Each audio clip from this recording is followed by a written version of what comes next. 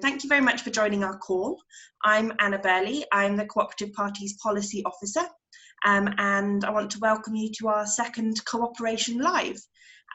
We are running a series of meetings and get-togethers every week so that cooperation isn't stopped by coronavirus, and every Wednesday lunchtime we are bringing you speakers from across the co-op movement to talk about issues that are important to us and hopefully important to you too. So this one we'll be looking at community broadband and connectivity and cooperative solutions to getting people online and able to connect with each other. And for those of you who are keen followers of our policy process, you'll recognise the topic. This is one that we're consulting on so that we can develop our policy over the summer based on your feedback to put together some new policy to go to our conference in the autumn for your discussion and voting on. So this meeting will help inform that process. So before I introduce our expert speaker, Graham, who's on this side for me, but may not be for you, so apologise. A bit of housekeeping. So first of all, you need to know that we are recording this video call.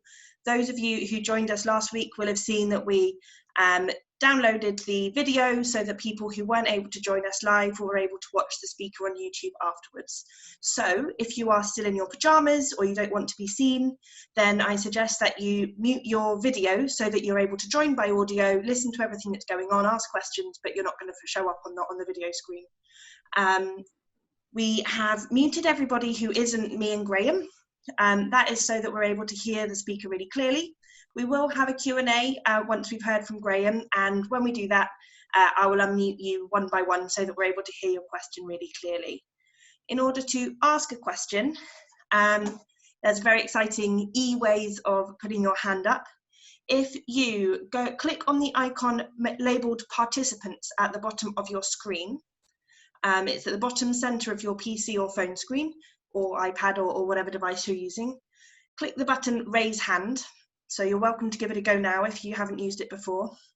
And what that does, it puts a little blue hand in the top of your screen like this, and I'm able to see that you would like to ask a question. I'll be making a note, so you only need to raise your hand once in theory, and I will be taking questions in groups of 2 or 3 so that we give Graham a chance to think about his answers. So I can see sort of Jill and a couple of others of you have put your hands up, so it's definitely working. Gil, thank you very much. So that is how to get involved. You can also use the chat function. That means that if you've got things that you've raised in your question and there's a link that people want circulating, or you've got some thoughts but you don't want to ask a question in person, you're very welcome to add it into the chat.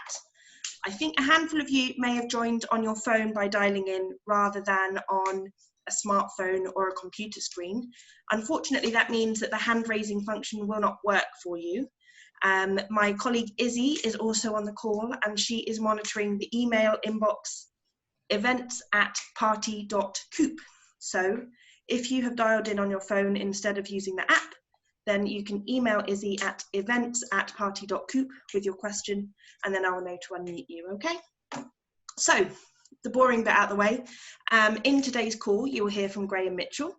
Graham is a strong advocate for cooperative and collaborative solutions and a member of several cooperatives. And I don't know if you can see in his background, he's got proud to be a co-op so he's got an excellent backdrop there. And including the Independent Networks Cooperative Association, which is the trade association for the altnets, which technical term, I'm sure Graham will be able to talk to us what it means.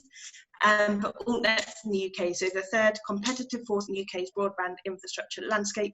They're building and operating future-proof gigabit fibre and wireless networks. So essentially, it's the organisation that brings together all the great people and cooperators building and maintaining and running community broadband networks on the ground. And he's also a member of the Digital Life Collective, which is an innovative international cooperative focused on enabling technology we trust by bringing together diverse experts, activists, thinkers and doers with the goal of fostering a decentralised, agent-centric internet. And he's involved in a new social care cooperative too, which I'm sure at a later date we will want to cover social care co-op policy, and we'll be able to get Graham back for his second run.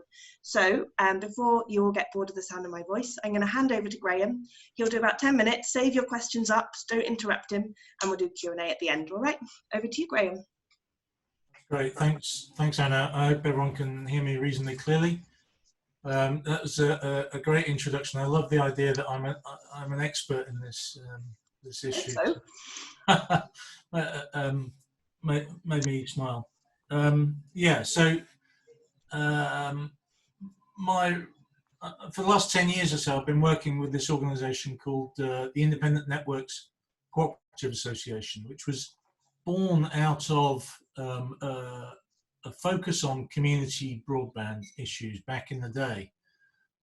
If people were interested in those things a decade or more ago, they might remember the days of dial-up internet and the first generation of change in that space, which brought us the idea of sort of always-on broadband using ADSL technology. And this immediately created a massive digital divide in that hard to reach and rural communities were right at the back of the queue in terms of getting access to this new technology, and people were struggling along on very slow dial-up connections.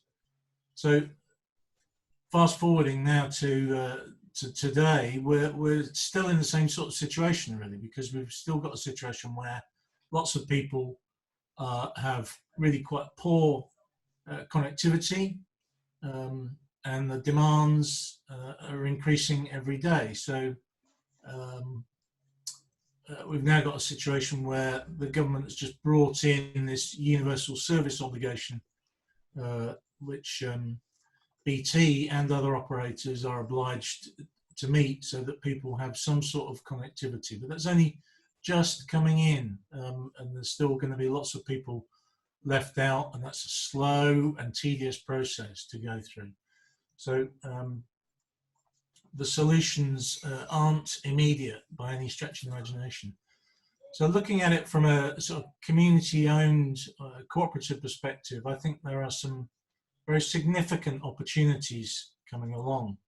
And also thinking about this from perhaps a policy perspective and where the cooperative party might be able to play a role in that. So in the UK, we do have some smaller community-owned broadband organisations. The leading one that some of you may be aware of is an organisation called BARN, or Broadband for the Rural North, which has been very effective in implementing affordable, ultra-fast connectivity in rural Cumbria. And that organisation has done a great deal in terms of sort of putting the community-owned sector on the map. You know, there's been a sort of campaigns running, as I say, from sort of 10, 20 years ago on these issues, but it takes a certain mix of expertise and energy and community empowerment to be able to bring these things into reality. So it's not an easy fix by any stretch of the imagination. Through the knowledge that I've gained over the last decade about the nature of the telecoms industry and how the digital infrastructure landscape across the UK is changing, I think there's good opportunities now to push forward a community-led agenda, certainly in rural and hard-to-reach parts of the country. So if I give you a quick sort of overview of where we currently are and some of the key issues that the industry is now facing and trying to develop solutions to, I think that will provide a good context.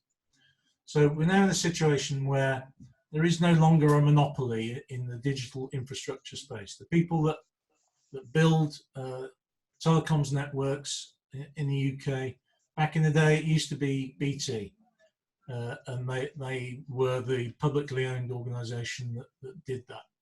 Now they're now a private organisation, and we now have many more entrants in that space. There's a lot of private investment coming in. You know, billions and billions of pounds of money has been coming into that market over the last couple of years, and we've now got organisations like City Fibre is probably the most well known, and they're building wholesale fibre networks. We've got organisations like Hyperoptic, who are very prominent in in London especially, where they're connecting apartment blocks and things like that. And you've got organisations like GigaClear that work more in rural communities across the country, and there are many, many more. So we've now got a plurality in that market, which is great in many respects for the consumer, because it's driving down some prices and making it a much more competitive space.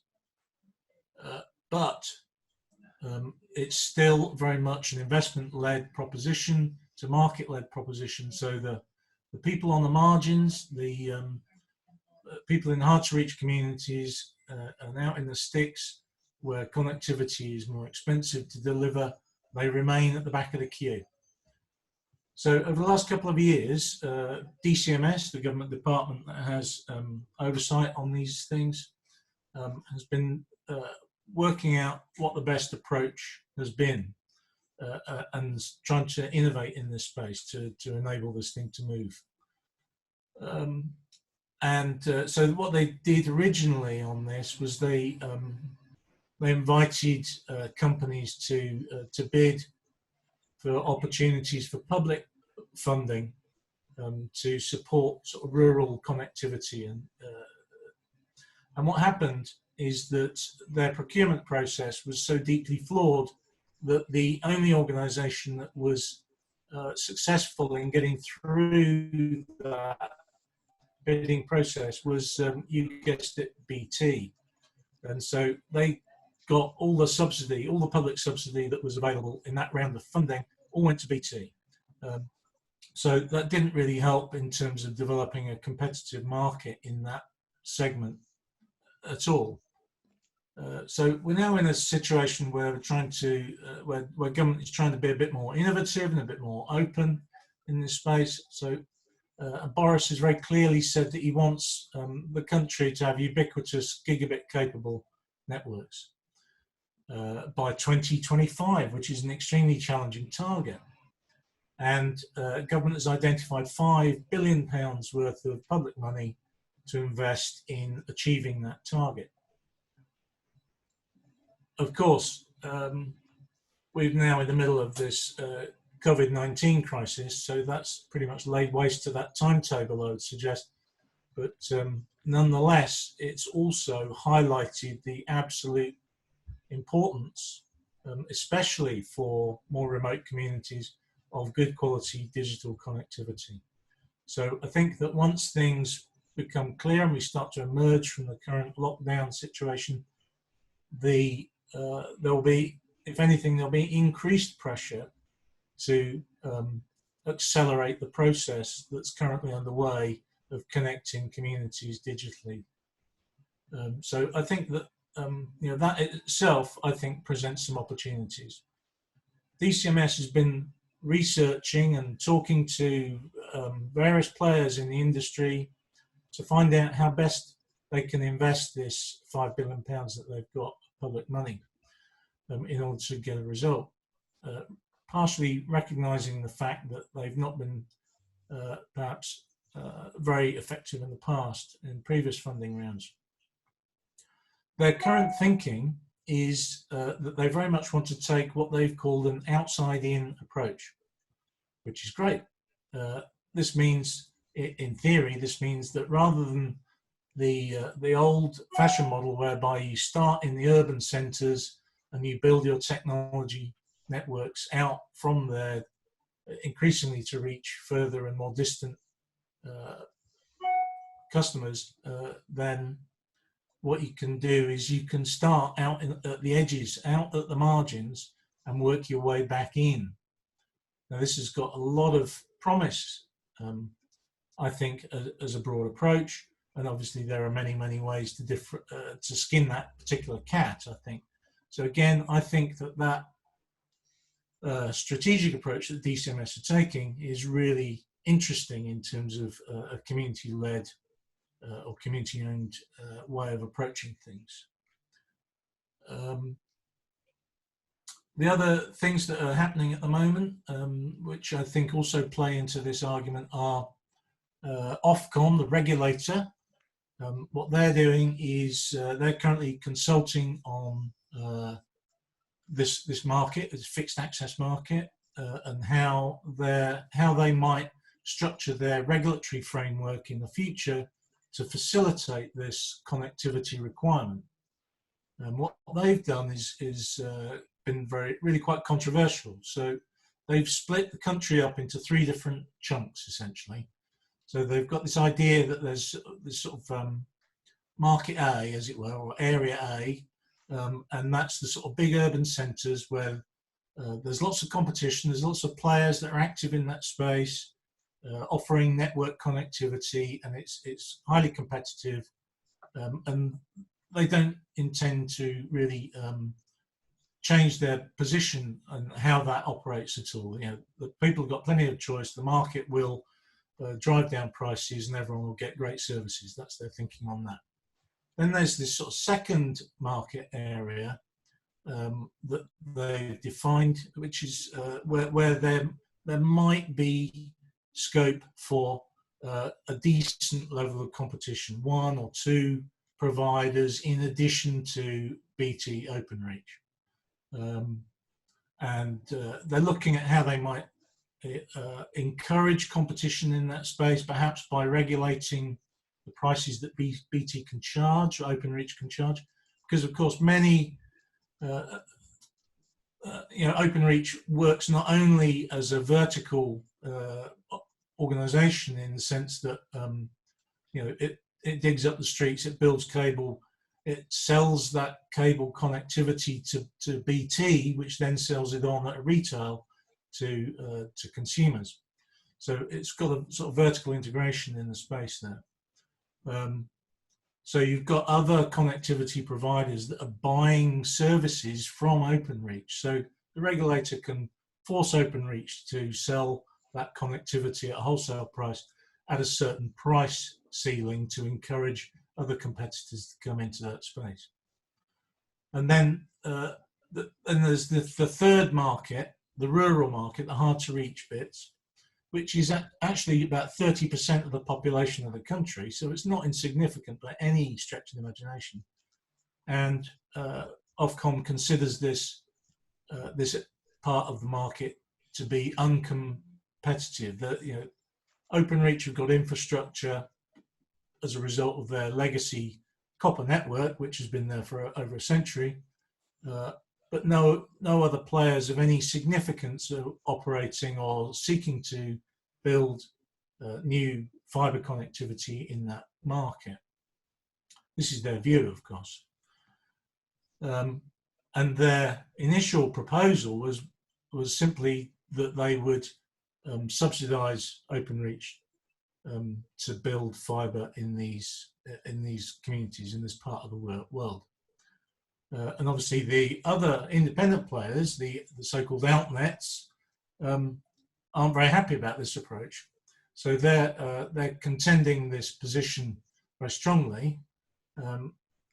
And the window of opportunity in terms of the consultation response theoretically ended last week, but I think it's been extended as a result of the coronavirus issue, which has slowed everything down. So I think that Ofcom are changing their view as a result of the lobbying that's been taking place, which is helpful. So there are opportunities for other operators, and that includes potentially community-owned operators, to impact in this Market 3 area specifically. So I think if you think about all these various sort of pillars of activity that are happening and the sort of structural and strategic issues that are in place, my sense is that there's actually a lot of opportunity for community-led or municipal solutions. Because obviously you've got a situation where a lot of local authorities are very, very active in enabling or encouraging network infrastructure build to take place in their communities. And they're often, where they can, they may be subsidising that or providing expertise or ready access in terms of enabling wayleaves and various permissions that are going to be required, and also giving access to their own infrastructure, because obviously many local authorities will have their own infrastructure. So that's the space that we're in, I think. My sense is that if there was a clever policy intervention coming from the Cooperative Party, perhaps working in partnership with an organisation like INCA, then that could provide opportunities for the independent sector.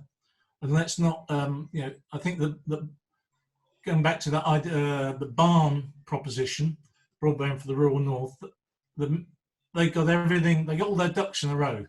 So I think that what they did was quite exceptional. What they're doing is quite exceptional. I don't think that that's an easy option, but I do think that there might be options for communities to come together with some of these independent network operators and local government in a collaborative approach to say, okay, well, we want to have a network in our locality that is world class.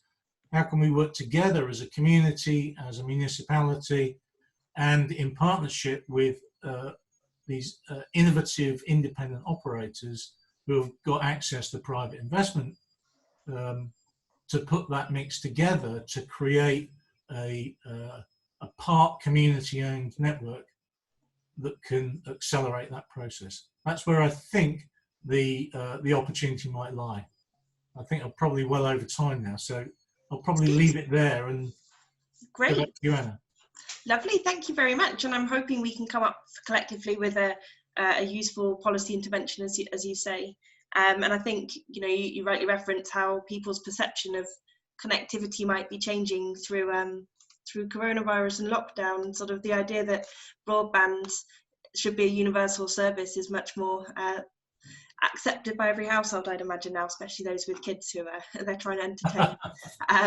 I've seen a couple of hands dash up. So for those of you who joined since the housekeeping, the way to ask a question is if you go to the bottom of your screen, there should be a participants button, and you can raise a virtual hand. It does a little blue hands up sign like this for me, and I'm able to unmute you to ask a question. So Norman, you've had your hand up for a while. I'll unmute you. Please do ask your questions. Can you hear me? Yes. Can you hear? You can, yes. Before I ask my question, can I just say that I've been hearing what you're saying. The sound comes and goes. I don't know if it's a problem with where I am. Actually, I'm calling from Lisbon in Portugal. It might be because of the distance. I don't know. But anyway, I don't know. Maybe people are having problems. I don't know. It's something you might like to look at. Anyway, my question is, in rural communities, and particularly the remote ones, there is obviously a problem of the people who want to use this equipment actually learning how to use it. And if there are people living in very scattered remote communities where they haven't got easy access to a centre where people can be brought together for group instruction, it seems to me that there is a need for mobile instructors to go out into the community, calling homes and giving them instruction on the spot. Is this something that you've considered? Great, thank you for that. I'm going to take a handful, but I've made a note of each question. My next hands up was David Breed. I will unmute you. Hi there, good afternoon. Hello. I say we had a policy consultation in the Leicestershire and Northamptonshire area earlier on this week, and one of the questions that really came up with this was the cost of broadband, which I think Graham has alluded to. But still, I think it's a concern, particularly for people who haven't used it before, and therefore, are they going to be faced with horrendous costs, as it was quite expensive at the beginning? And the other thing, which I say my colleague Norman also mentioned, was the need for, training people, particularly people in the 65s and above, who perhaps haven't got the experience, and therefore they probably need training on how to use this. And much, I've got an 88-year-old stepmother, and she refused to engage with something which would enable her to do shopping and all sorts of things online, which would save a lot of messing around. And I say the other thing was to follow up is how the Co-op Party can start to take a lead on this, because as was said, there's such a lot of scope here for us to actually to provide this third tier operators, and therefore get cooperative solutions to something which is essentially a cooperative need. So I think there's a lot to be said for this. So I'll take, I think Mary Fee's hand was up next. I'll take you, Mary, and then I have spotted, Mark, that your hand's up, but we'll do you in the next round of questions, okay? Mary. Hi. One of the proposals in the Labour Party agenda was, not agenda, you know, before they're elected. The manifesto. Manifesto, thank you, was universal broadband in every part of the country. So how does this fit in with what you're proposing? Did the Co-op Party and the Labour Party discuss this particular idea? And I remember it was one of those ideas that people said, look, this is just too much, it's not real, it can't be done. That was the impression I got about that idea. All right, thank you very much, Mary. So, Graham, we had one around, well, a couple really around how we tackle digital inclusion, and it's all very well having the infrastructure, but if you don't know how to use it, or David's point, if you can't afford it, that being a thing that we need to marry up. And then Mary wanted some views around Labour's manifesto. Don't feel obliged to answer all of them, and I can try and fill in gaps. Okay, thanks for that. So, going backwards, yeah, I think that the Labour position on it was my own take is that it was, you know, it was poorly timed in terms of how that was delivered during the election campaign, and took everyone by surprise. But immediately people thought, well, no, that's just not achievable. So I think it made a significant contribution to the incredibility of Labour's position in the election, unfortunately. But you know, I mean, it remains a really interesting idea, I think, and we're probably will continue to debate that. I think that my own take on it is that it would be very expensive, and we're in a position where right now we've got a substantial amount of private sector investment coming into that space. So it's not as if it's an underinvested segment of the economy, but obviously, you know, private sector money is there because there are profits to be made, and you know, as a society, we need to take the view whether you know, broadband, in much the same way as any other utility, should be in the public domain or should be in the private domain. You know, so that's I'd say that's a broader issue. Looking at the idea of education and digital inclusion, yeah, this is always going to be a challenge for us, because we're, you know, as a society, we're accelerating into the sort of digital world, I suppose you could call it, where, you know, everything's online, and you know, the digital stuff just gets everywhere in your life more increasingly, and the rate of change is accelerating. It's not something that any of us can easily keep pace with. You know, I work in technology, and you know, if you stand still, your new stuff comes on stream. There are, you know, lots of organisations out there that are tackling this issue in communities, and I think they're doing a fantastic job. But you know, it's always going to be there, I think. What was the third issue about? Sorry, we talked the digital inclusion piece. There was a little, it was around training, but also I guess you touched on it a bit around cost and profit motive, and how we make sure that broadband's an affordable thing. Yeah, so broadband, you know, we're, again, this sort of goes back historically somewhat. So OpenReach, BT, in the old days, they used to make their money out of the copper network, and in large part they still do, because of the way that the model works. You know, you've got this very old, very extensive copper network which costs millions and millions of pounds to keep together, to maintain it, to stop it from falling to pieces. And so every one of those every one of those vans with OpenReach on the side of it that you see running around the country, and you often see them in gangs, every one of those that's on the street is making money for BT. Okay, so, but the new operators that are coming into the space, that are building fibre networks, they don't have that legacy cost. They don't have copper networks that they need to maintain. They're just putting fibre in the ground, and that fibre is much more resilient than copper.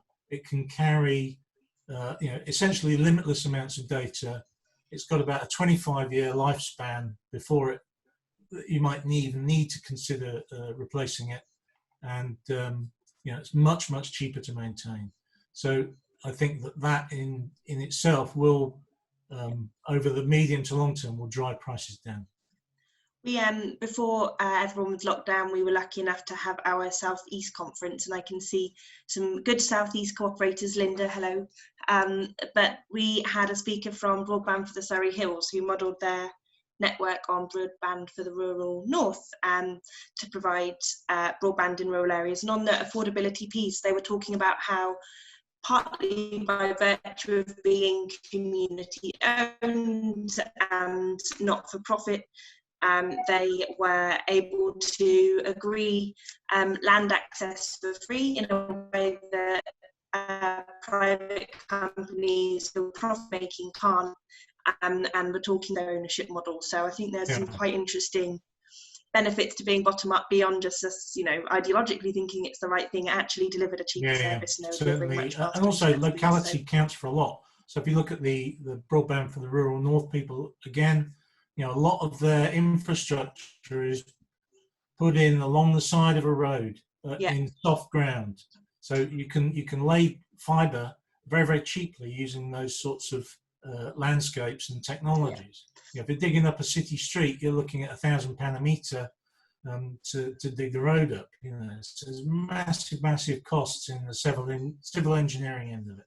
Absolutely, and on digging up fields, those of you who work with me on a daily basis will roll your eyes now. Luckily, your videos are off, but the machines you use for digging the fibres in are called moles, which I think is just the loveliest thing. Anyway, I won't bore you for too much longer. Mark, you've got your hand up and been waiting very patiently. Oh, in theory, I'm unmuting you. There we go. Thank you. Can you hear me okay? Yes. Fantastic. So at the Northwest Conference, we had Broadband Co-op, part of Inc. I know Graham mentioned Inc. the Independent Network for Cooperative Associations. As sort of a takeaway from this, we're trying to include in our policy in Rochdale, because Ashton and the Line have already done it, a Dig Once Trust. So basically, when you give section notice for housing development, you can insist that the housing developer actually puts in the fibre optic cable at that time. So there's lots of innovative ways we can own the thin layer, the physical cable, hold that in trust.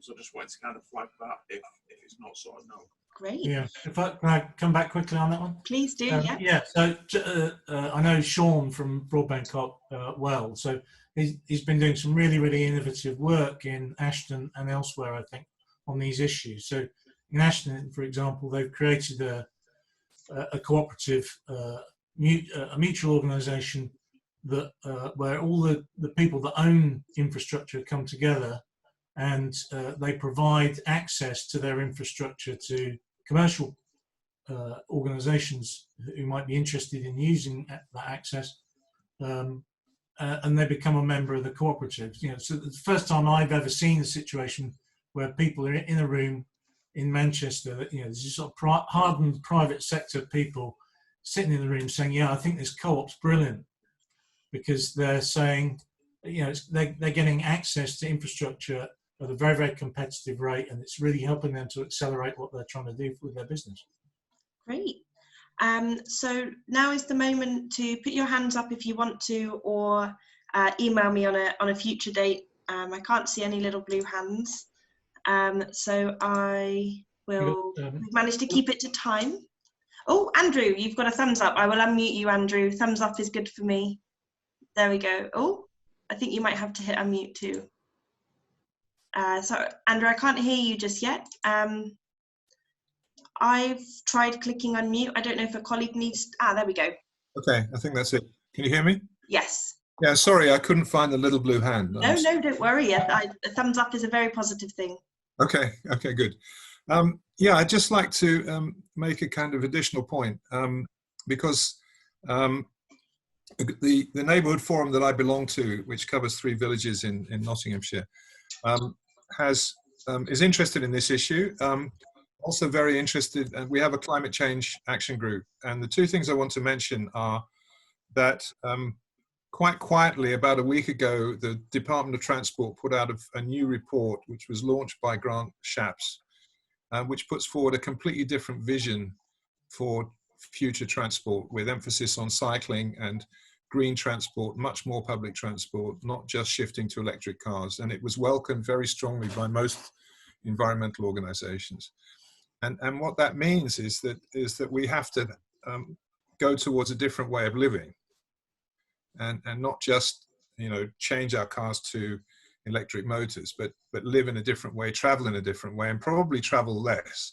And then the second point was that the chief of the AA, I think the chairman of the governing body of the AA, gave an interview in which he said that the coronavirus is demonstrating that we can manage by moving around a lot less than we thought, and that people have discovered new ways of working and new ways of communicating.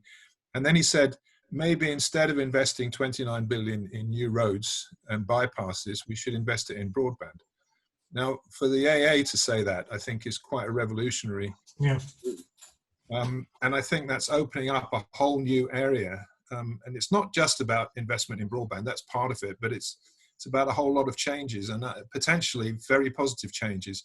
So I just wanted to put that into the discussion, because I think what we're discussing here could be extremely important to tackle the long-term climate change crisis. And if we can make this contribute to that, that would be quite an achievement. Absolutely. I think probably the onus has to be on all of us to have a climate lens on every piece of policy we're thinking about, because it's so important. Graham, I'll come to you to answer in 1 second, but John Dowdall, you have a question too. Yes, thank you very much. I've got 2 points really. One is, what about the railway networks? Because I seem to remember reading a few years ago that they are in an ideal position to have sort of high speed, you know, cable broadband along their tracks. And that could be, you know, part of the distribution around the country. The other question I've got is there's an organisation called Phone Co-op, isn't there? What are they doing? I mean, are they truly a cooperative organisation? Because David Graham did not mention them at all. I was a little surprised at that, and I'm just wondering if there's a reason for that, Graham. Thank you. Great. Thank you. Okay. Back on those. Absolutely. Yeah. And that I'll make that the last round, so you're very welcome to email if people have further questions, by the way. But yes, Graham, please go on. So just quickly on the Phone Co-op. Yeah, the Phone Co-op is a real cooperative. I've been a member of it for 10, 15 years. I can't remember exactly how long. It's now part of the Mid-Counties Cooperative, and I've used their services, telephones, broadband, quite successfully for many years. So I'd highly recommend them. Every Co-op party member should be a member of the Phone Co-op. Moving on, Rail, Network Rail, which is the public sector organisation that owns all the railway infrastructure. Yeah, there is fibre running along every railway line in the country. They've recently, over the last year or two, I think DCMS has invested a substantial chunk of money on a pilot project to upgrade all of that digital infrastructure on the Manchester to York railway line, which runs very close to my house. And so that's been an area of strong interest, and I'm hopeful that local governments along these railway lines will take full advantage of this connectivity and enable further investment to happen in this space. It's public sector stuff, so let's make use of it rather than leaving it all to the private sector. In terms of Andrew's points, yeah, absolutely. I think digital is not an insignificant contributor to carbon emissions, 2% or something like that. The internet cost us, I think, but I think there's a couple of points on that. One is that an issue that also plays into this sort of idea of communities taking control in the space is that the old model of these big data centers in large urban sheds is changing, and with the rollout of 5G, there's increasing pressure to move the data management to the edge of the network rather than having it in the core of the network. And that eases the pressure of traffic across the whole network. Keep the data closer to you. So I think this gives huge opportunities for smaller communities to take more control and own their own digital infrastructure. You can now get a data center that fits in the back of a van, and they're putting these things next to masts and things like that.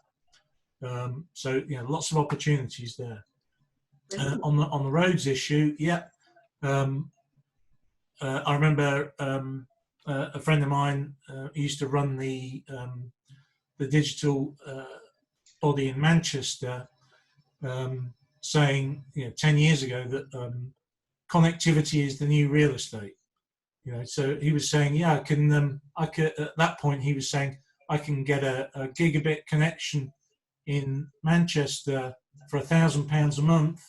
I can do the same thing in Amsterdam for €35 a month. Where will I put my business?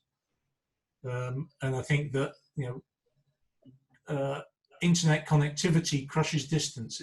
You don't need to travel, as we're seeing here. How many tons of carbon are we saving by having this conversation here online rather than all trying to come together in a room? So there's huge opportunities there. Let's use this dreadful disease issue to enable us to make a step change and start working differently, so that we don't need to all huddle together in these big urban centres in order to get work done successfully. Great. And on that note, I've only run over by 14 minutes, so apologies for people whose lunch break have been eaten into, and thank you so much, Graham, for sharing with us and answering people's questions. There were a couple of other hands up after I cut you off, so please do feel free to email and we can keep the correspondence going. Last week I sent a follow-up email with some links to things we talked about during the call and a link to watch again. I'm going to do the same again unless there's massive objection to it. I'm going to circulate a link to our policy process. We've also put together a presentation which you can use for your own Zoom meetings with your local members. And I know that David, I think, has pioneered this and done this already and put together his own presentation, so I'm sure would be happy to share as well. I'll give you a link to Broadband for the Rural North so you can see what they got up to. And Mark, you mentioned Rochdale Dig Once, and if you've got any resources on that, please do send it over to me and I will include that in my email too, and I will put a link to the phone co-op so that those of you who aren't familiar can have a look. If they've got any other requests for things to include in my note, drop me a note and I'll be happy to include, and I'll get it over to you hopefully by the end of the week. But if we don't communicate beforehand, have a fabulous Easter break. Please stay at home and look after yourselves and keep cooperating. Thank you very much. Bye everybody. Yeah.